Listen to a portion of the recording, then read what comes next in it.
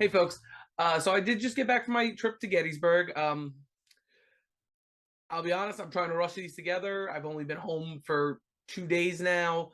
Uh, I literally got home super late. I had to work actually the day I got home. And then I had a softball game. I'm in my company softball league, sue me. And I have a little bit of an injury from that, but I'm good. I'm good. Nothing serious, just a little caboose issues going on, but other than that, I'm fine. I did have a great time on my trip, though. Me and my friends did a lot. We saw a lot. I took two specific videos while we were at Gettysburg. The first was us. We actually marched Pickett's Charge. We traced it.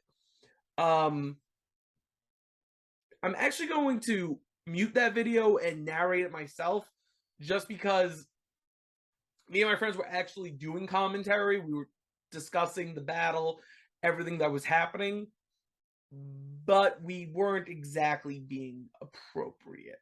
So I do apologize. We've been friends for over 10 years now, and we met at a Boy Scout camp. That's all you need to know. But the video I'm going to be showing today is actually artillery demonstration. So what I'm going to do is I'm actually going to talk us through how the artillery would have been fired, and then we're going to go into the actual demonstration that took place right outside the Pennsylvania monument. So once we get that done, I will have content up tomorrow.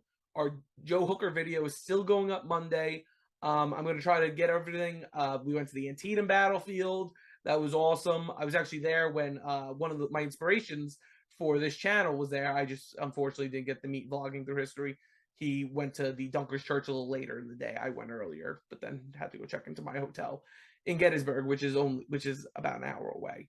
But so today we're actually going to discuss how a Civil War artillery crew worked, and also the process of firing. And then you can see the video from my trip. Thank you, folks. If you're not subscribed yet, please like, share, and subscribe, and we'll get right into it.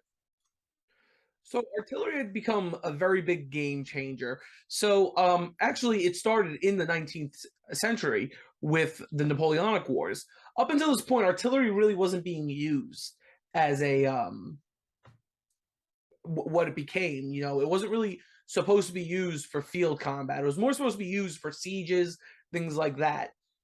Like, of course, you would use it in field combat, but it wasn't as pivotal. You know, cavalry was more important in the field, or more infantry, things like that. Artillery really wasn't the main focus. You know, we have those famous images from Yorktown of Washington firing the first shot, or even collapsing the walls of Jerusalem and Constantinople with the caliphates of the Islamic Emirates of the time. So they really were never big on field combat. The French were actually the ones who led that change.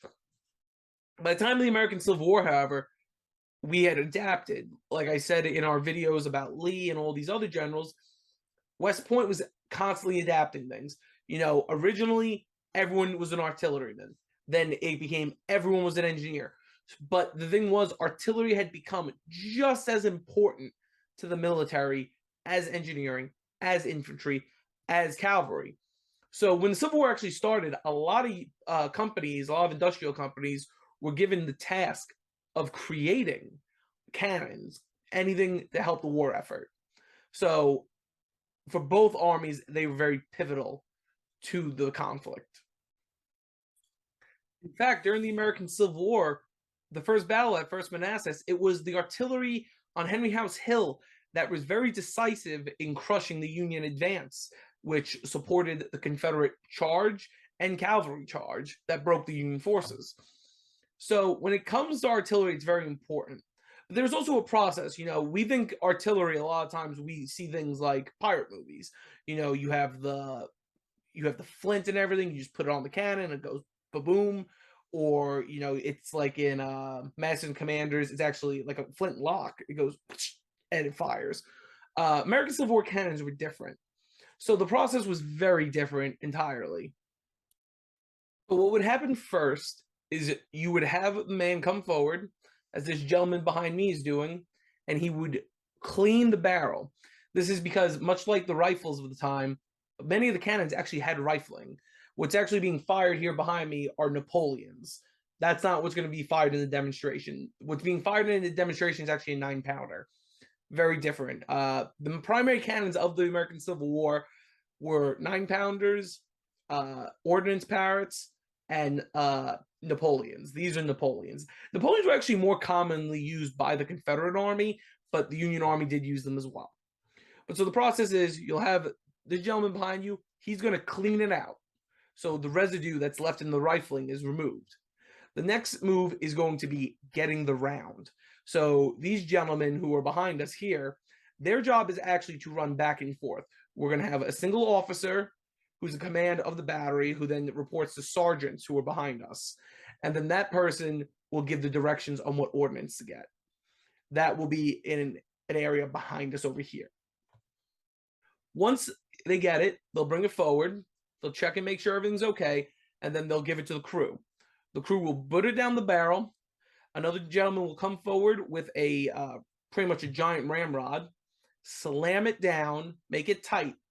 Now you have two next moves, and these are the two most important next moves, because again, these cannons can go off because they're meant to, but they can also go off if there's any embers left inside. That is one of the most dangerous parts, because if it's not clean and there's a flaming ember, and even a possible chance there's a piece of shrapnel in there, it's going to light it, and it's going to explode before you can even fire. And depending on the condition the cannon's in at the time, it could actually blow the whole cannon up and kill the crew. So the next move after that is, you're going to have a man come forward. He's going to have a leather strap on his thumb. He is going to place it over where the pin is going to go. The pin is the most important part of all this. The pin is actually a flint. So what's going to happen is, he's going to hold it there while they compress the rod in. And then you're going to have the last man. He's going to actually be the man firing the gun. He's going to come forward with a little rod. The rod's actually a flint. He's going to put it into that hole that was being covered and make sure it's tight in there. Now that's serving two purposes.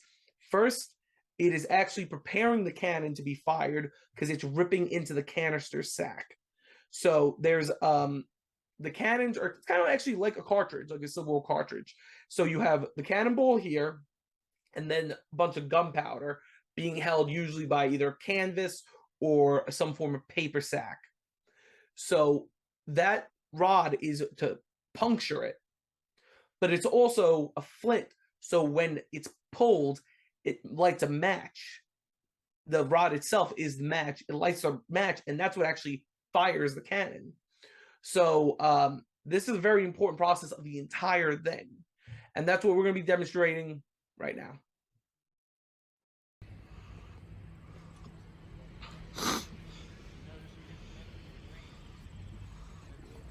That's good.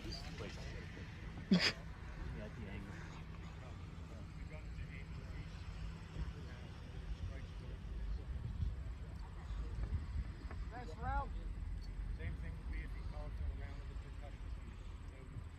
To infuse the cut to ranges the material except the guy running the sight takes down. Number one ran to the guard, you have to get your place to the club. Number three has got the vent stop, you have the back to help aim the piece. The gunner places the rear sight in the bend of the cross bracket. Elevation, windage, direction of aim.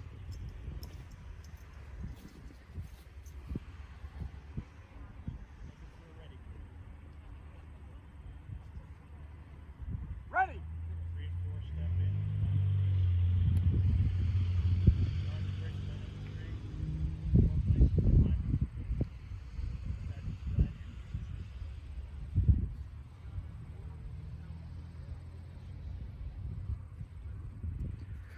Ready to fire. Fire!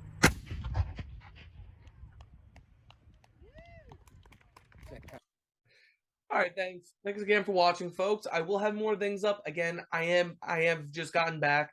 I'm trying my best to make the videos as I can. Hopefully tomorrow I'll do the Pickett's Charge video. It is a long video. We do start Seminary Ridge and end at Cemetery Ridge.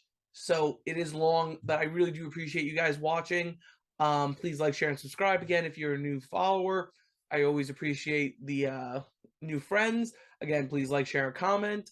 Again, love to talk to all of you. And have a great day. And we'll see you in the next one.